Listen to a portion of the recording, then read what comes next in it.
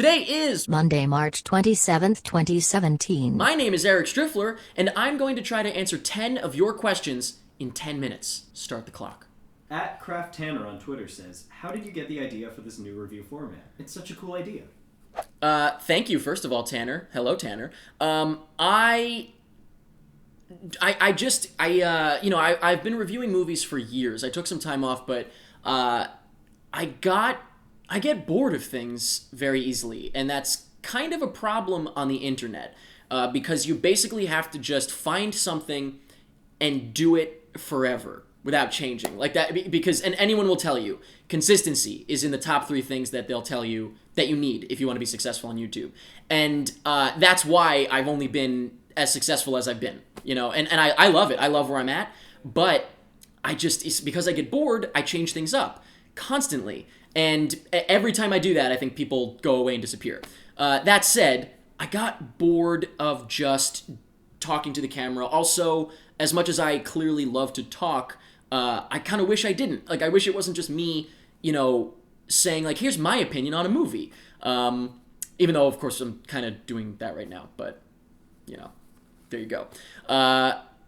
So I came up with a way that it would be A, different, B, challenging, and C, kind of scratch a creative itch, because I'm structuring these reviews almost more like short films now, the way that I put them together, and that's really fun for me, as opposed to just setting up the camera, recording a review, and moving on.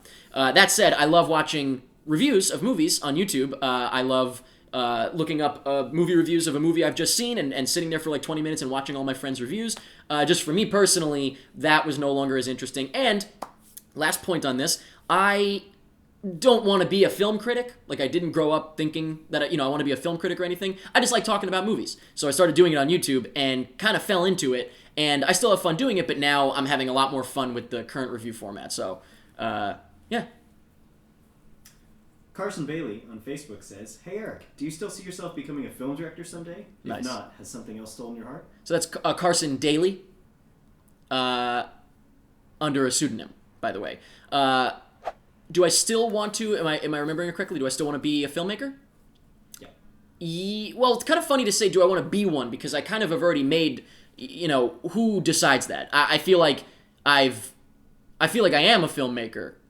In some ways, because I've definitely made some short films, at least. I think over the last couple of years, I've wondered what quantifies that exactly. If I make a 1-second film, am I a filmmaker? If I only make a feature film, does that make you a filmmaker? But beyond that, I think what I've actually learned about myself is that I don't need to be a filmmaker. I think I just want to tell stories and do creative things and most importantly, affect people. Whether it's making them laugh or making them cry or making them scared. So that doesn't need to be in a film. Because actually, if anything, more recently, last couple of years, I've been directing more live productions between Nyctophobia/Synthetic, another show that I do, and Pity Applause, another show that I do. So I actually have been doing more live theater directing and producing and whatnot. So I think I just want to be a director in general, whatever that means. And has something else stolen my heart? I guess kind of, but I almost feel like my heart was just, I didn't know. When you're a kid, you can pick up a camera and make a film. When you're a kid, you can't put on a live production as easily, like with an audience in a theater. So I think it was just, as a kid, I couldn't, I don't want to say scratch that itch again, I couldn't really exercise that muscle. And now that I've been able to, I realize it's just in general, I want to tell people stories and I want to affect people. So hopefully I'm affecting somebody right now. You never know. Louis Mario Molini says, how do you stay inspired to write and shoot such original content when it seems like almost everything has been seen, done before? I have a hard time with that. I'm bad at that. I'm awful at that. That's why I really enjoy doing these reviews right now, because it's helping me to scratch that itch, like I said. This is the third time I've said that. And it's giving me a reason to. So it's kind of like, like in school, you're given an assignment, and that forces you to make something, as opposed to just sitting around and being like, well, I don't know, I don't like this idea that much. That's kind of part of my idea for these reviews, is that it gets me to make something. It gets me to create something. So having a reason to do something, almost forcing yourself to do something, can be good, even if that's just like, I want to make a video once a week or once a month or whatever. Elijah Pearson on Facebook says, what would you think of Marvel doing the Spider-Verse on the big screen and bringing back Tobey Maguire and Andrew Garfield for one last performance? I would love that. I'd be all about it. I wish they would. I absolutely wish they would. Never gonna happen. Mostly just because, I don't know about Tobey Maguire, I doubt he would come back, but Andrew Garfield probably wouldn't come back for that either. I think it's like a dignity issue. I think it's like, I was Spider-Man, let's move on. You know, it's almost like, not embarrassing, but almost insulting in a weird way, because it's like, hey, we've moved on from you, but you want to come back and reprise this? I don't know. I think it would be super cool, though. I'd be all about it. At Static Struck on Twitter says, what has been the most challenging review to film so far? The Split review, easily. My review of M. Night Shyamalan's Split, we underestimated, I think, how difficult it would be. First of all, the script for it was way too long. It needed to be, because it meant a lot to me. M. Night Shyamalan was one of my favorite directors. Still is. Now I can say that and not be feeling like a fool. But we bit off more than we could chew with that one. I also don't want them to be that long, so it was a little too long. Halfway through the day, we realized that, and that's the worst time to realize that, because we still had half a day of shooting. I think it was like a 9-hour shoot, all told, including 2 hours of travel to the location and 2 hours back. Slept the whole way back, but it was a long day, and now we have some people helping us, like a script supervisor, for example. It was really hard keeping track of who was bowling and who wasn't. Split, without question. At Chantillo on Twitter says, do you have a Patreon? So actually, I had a personal Patreon because I wanted one for, you know what, to be honest with you, I just wasn't making enough money. I don't make a ton of money.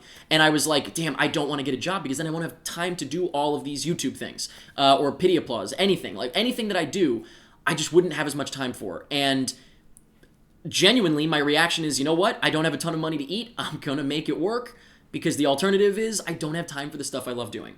So that's why I look the way I do. Just kidding. I have fast metabolism, but it contributes that I don't eat.